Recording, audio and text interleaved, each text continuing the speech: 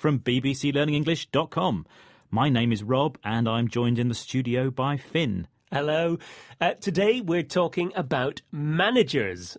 They're the people who boss us around. In other words, they tell us what to do, don't they, Rob? Yes, although not our manager, Finn. He's an example of a perfect manager. He's inspirational. He's someone to look up to and admire. Yes, that's right. And he might be listening. Yes. Apart from our manager, we're discussing the question, what are managers for? And we'll be looking at some related words and phrases. Now, I imagine being a manager is a demanding and stressful job. Yes, but sometimes it comes with a good financial reward. Some managers do get paid well. Yes, that's probably why one demanding and stressful job, managing a football team, comes with a big financial reward in many countries. And for today's question, do you know who was the world's highest paid football manager in 2012? Was it A, Sir Alex Ferguson, B, Jose Mourinho, or C, Fabio Capello? Ooh, difficult. I think Ferguson or Mourinho. Mourinho was managing Real Madrid in 2012, so I'll say him. OK, well, we'll find out if you're right at the end of the programme. But now let's talk more about everyday managers, the sort we work with or for. People who run our departments, companies or schools and colleges.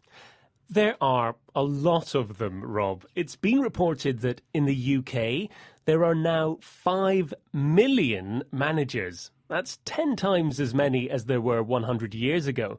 So what are they all doing? Yeah, well, I suppose they're making important decisions for their businesses.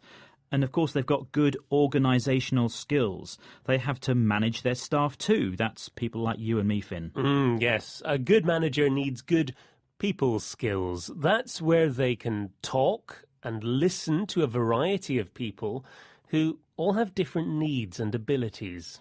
A good manager is also approachable and they deal with problems quickly and fairly too. So what do you think makes a bad manager, Finn? Well, one that's concerned about hierarchy. So that's their position in the company. They want to show who's boss, but actually achieve very little. Rob, you've been a manager.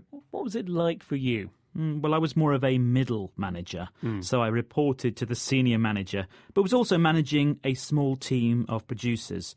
So I suppose it was a bit like spinning lots of plates, so trying to do many things at the same time, speaking to different people, organising the rota and attending many meetings. All very important things, Rob. So maybe managers are necessary to keep everything working smoothly.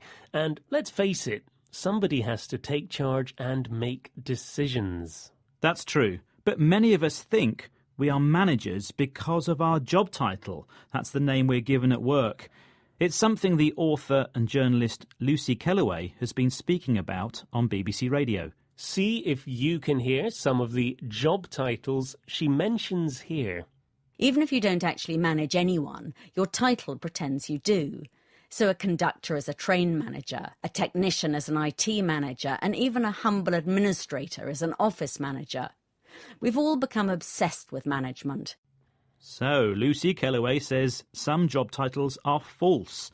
They're made up and pretend to be a managerial title when they're not.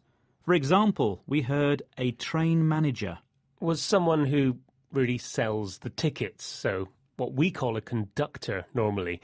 And we also heard an office manager. So that's an administrator, someone dealing with paperwork and the day-to-day running of the office. And what about an IT manager? An IT manager is really a technician.